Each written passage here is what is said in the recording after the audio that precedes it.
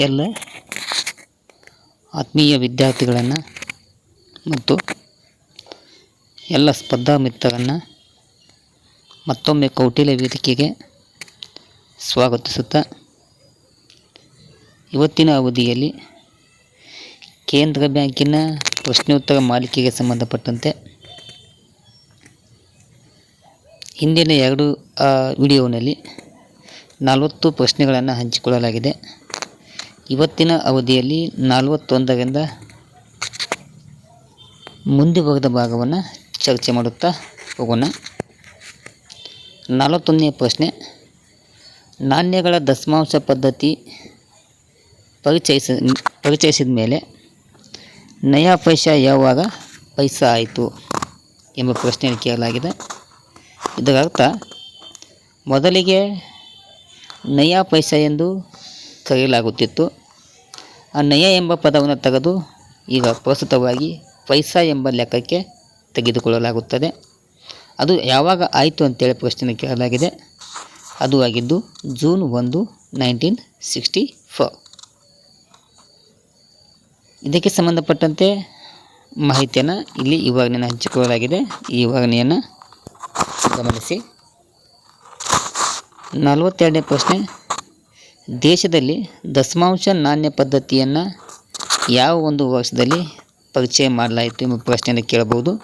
ಅದು ಪರಿಚಯ ಆಗಿದ್ದು 1957. ಅದಾದಮೇಲೆ ದೇಶದಲ್ಲಿ ಕರೆನ್ಸಿ ನೋಟುಗಳ ವಿತರಣೆ ವ್ಯವಸ್ಥೆ ಆಧರಿಸಿದೆ ಎಂಬ ಪ್ರಶ್ನೆಯನ್ನು ಕೇಳಲಾಗಿದೆ. ಇದು ಕೂಡ ಹಿಂದಿನ ವರ್ಷದ ಪ್ರಶ್ನೆಯಲ್ಲಿ ಕೇಳಿದಂಥ ಪ್ರಶ್ನೆ. ಇದರ ಅರ್ಥ, ಇಂಡಿಯಾದೊಳಗೆ ಏನು ಕರೆನ್ಸಿ ನೋಟುಗಳನ್ನು ಮುದ್ರಣ ಮಾಡ್ತಾರಲ್ಲ, ಆ ಮುದ್ರಣ ಮಾಡುವಂಥ ಸಮಯದಲ್ಲಿ ಯಾವ ವ್ಯವಸ್ಥೆಯ ಅಡಿಯಲ್ಲಿ ನೋಟುಗಳನ್ನು ಮುದ್ರಿಸಲಾಗುತ್ತದೆ ಎಂಬ ಅರ್ಥವನ್ನು ಕೊಡ್ತದೆ. ಅದಕ್ಕೆ ಉತ್ತರ ಏನು? ಕನಿಷ್ಠ ಮೀಸಲು ವ್ಯವಸ್ಥೆ. ಇದಕ್ಕೆ ಅನುಗುಣವಾಗಿ ಭಾರತೀಯ ರಿಸರ್ವ್ ಬ್ಯಾಂಕ್ ಏನು ಮಾಡ್ತದೆ? ನೋಟುಗಳನ್ನು ಚಲಾವಣೆ ಮಾಡಿ ಜಾರಿಗೆ ತರುವಂಥ ಕೆಲಸವನ್ನು ಮಾಡ್ತದೆ. ಅದು ಬಂದಿದ್ದು 1956 ಒಳಗೆ. ಇದಾದಮೇಲೆ 45ನೇ ಪ್ರಶ್ನೆ, RBI ಪ್ರಕಟಿಸುವ ಸೂಚ್ಯಾಂಕಗಳು ಯಾವುವು ಎಂಬ ಪ್ರಶ್ನೆಯನ್ನು ಪದೇ ಪದೇ ಕೇಳಲಾಗಿದೆ. ಅಂದರೆ ಏನು ಕೇಂದ್ರ ಬ್ಯಾಂಕ್ ಇದೆಯಲ್ಲ, ಅದು ಕೆಲವೊಂದು ಸೂಚ್ಯಾಂಕಗಳನ್ನು ಪ್ರಕಟಣೆ ಮಾಡುವಂಥ ಕೆಲಸವನ್ನು ಮಾಡ್ತದೆ.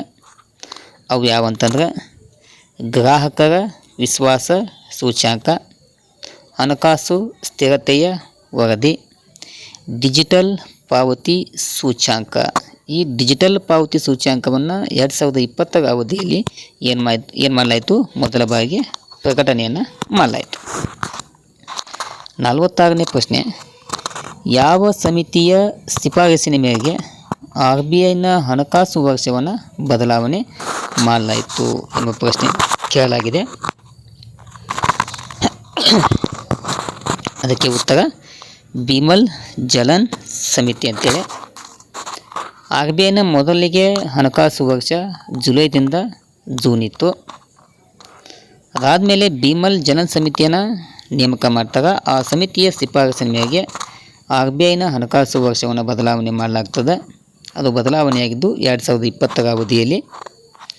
ಎಷ್ಟಕ್ಕೆ ಬದಲಾವಣೆ ಅಂತಂದ್ರೆ, ಜುಲೈ ಟು ಜೂನರ ಬದಲಾಗಿ ಏಪ್ರಿಲ್ 1ರಿಂದ ಮಾರ್ಚ್ 31ಕ್ಕೆ ಅದರ ಒಂದು ಹಣಕಾಸು ವರ್ಷವನ್ನು ಬದಲಾವಣೆ ಮಾಡಲಾಯಿತು. ಹೀಗಾಗಿ ಪ್ರಸ್ತುತ RBIನ ಹಣಕಾಸು ವರ್ಷ ಯಾವುದು? April 1ರಿಂದ March 31.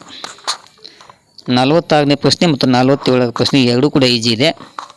₹1 ನೋಟು ಮತ್ತು ನಾಣ್ಯದ ಮೇಲೆ ಯಾರ ಸಹಿಯನ್ನು ಮಾಡಲಾಗ್ತದೆ? ಅದಕ್ಕೆ ಸರಿಯಾದ ಉತ್ತರ ಹಣಕಾಸು ಸಚಿವಾಲಯದ ಕಾರ್ಯದರ್ಶಿ. 47ನೇ ಪ್ರಶ್ನೆ, ₹1 ನೋಟು ಮತ್ತು ನಾಣ್ಯವನ್ನು ಹೊರತುಪಡಿಸಿ ಉಳಿದೆಲ್ಲ ನೋಟು ಮತ್ತು ನಾಣ್ಯಗಳ ಮೇಲೆ ಯಾರ ಸಹಿಯನ್ನು ಮಾಡಲಾಗ್ತದೆ ಎಂಬ ಪ್ರಶ್ನೆಯನ್ನು ಕೇಳಲಾಗಿದೆ. ಅದಕ್ಕೆ ಸರಿಯಾದ ಉತ್ತರ RBI ಗವರ್ನರ್ನ ಸಹಿ ಮಾಡಲಾಗ್ತದೆ. 48ನೇ ಪ್ರಶ್ನೆ, ಕರೆನ್ಸಿ ನೋಟುಗಳನ್ನು ಎಲ್ಲಿ ಮುದ್ರಿಸಲಾಗುತ್ತದೆ ಎಂಬ ಪ್ರಶ್ನೆ ಕೇಳಬಹುದು.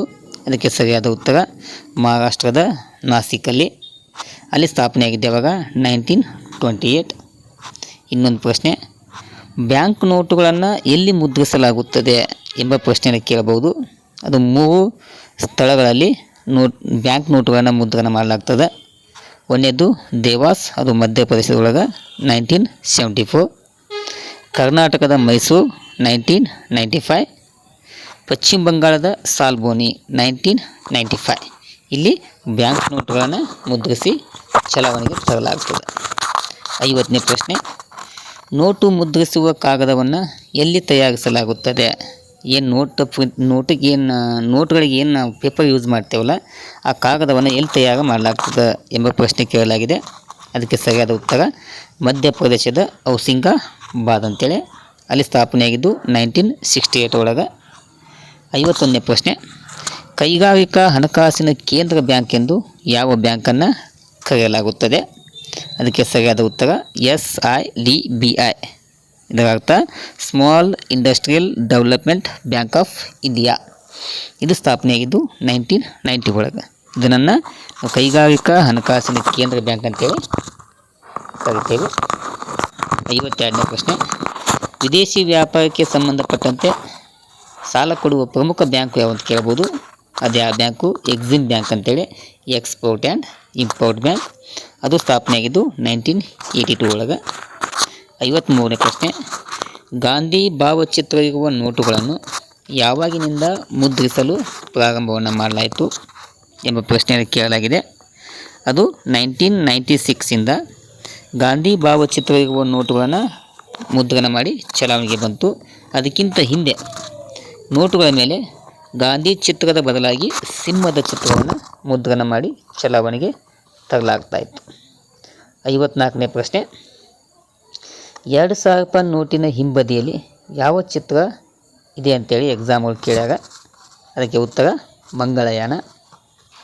2000 ರೂಪಾಯಿ ನೋಟ್ ಏನು 2016ನೇ ಇಸ್ವಿಯೊಳಗೆ ಏನು ಮುದ್ರಣ ಆಯ್ತಲ್ಲ, ಅದಕ್ಕೆ ಸಂಬಂಧಪಟ್ಟ ಕೆಲವೊಂದು ವಿಶೇಷಗಳದಾವು.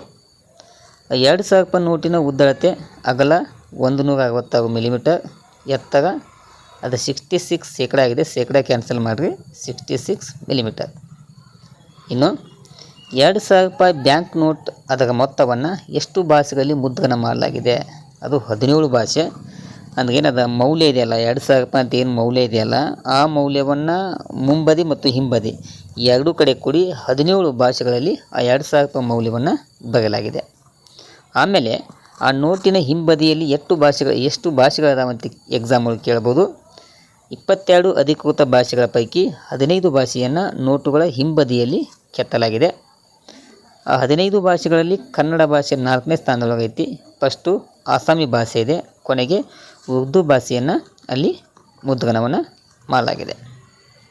ಅದಾದಮೇಲೆ ಭಾರತದ ರೂಪಾಯಿಯ ಪಿತಾಮಹ ಎಂದು ಯಾರನ್ನು ಕರೆಯಲಾಗುತ್ತದೆ ಎಂಬ ಪ್ರಶ್ನೆ ಕೇಳಲಾಗಿದೆ.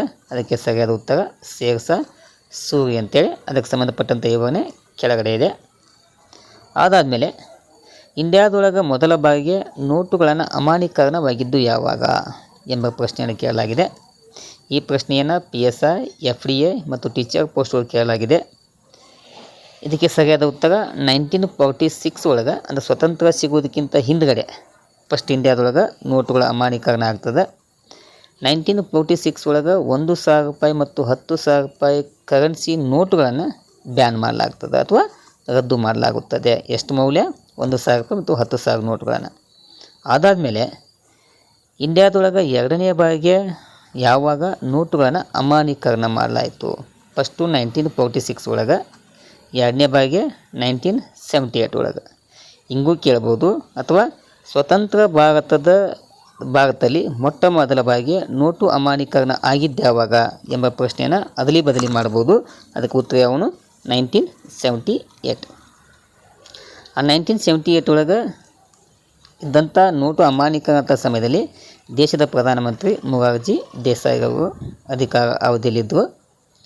ಆ 1978 ಒಳಗೆ ಜನವರಿ 16ರಂದು 1,000 ಮೌಲ್ಯದ, 5,000 ಮತ್ತು 10,000 ರೂಪಾಯಿ ಮೌಲ್ಯದ ಕರೆನ್ಸಿ ನೋಟುಗಳನ್ನು ರದ್ದತಿ ಮಾಡಲಾಗ್ತದೆ. 58ನೇ ಪ್ರಶ್ನೆ, ಇಂಡಿಯಾದೊಳಗೆ 1946 ಮತ್ತು 78 ಇದು 2 ಸಲ ಆಯಿತು. ಅದಾದಮೇಲೆ ಮೂರನೇ ಬಾರಿಗೆ ಇಂಡಿಯಾದೊಳಗೆ ಯಾವಾಗ ನೋಟುಗಳನ್ನು ಅಮಾನ್ಯೀಕರಣ ಮಾಡಲಾಗ್ತದೆ ಎಂಬ ಪ್ರಶ್ನೆಯನ್ನು ಕೇಳಲಾಗಿದೆ. ಅದು ಆಗಿದ್ದು ನವೆಂಬರ್ 8, 2016. ಆವಾಗ 500 ಮತ್ತು 1,000 ಮೌಲ್ಯದ ರೂಪಾಯಿ ನೋಟುಗಳನ್ನು ಏನು ಮಾಡ್ತಾ ರದ್ದತಿ ಮಾಡಲಾಗುತ್ತದೆ.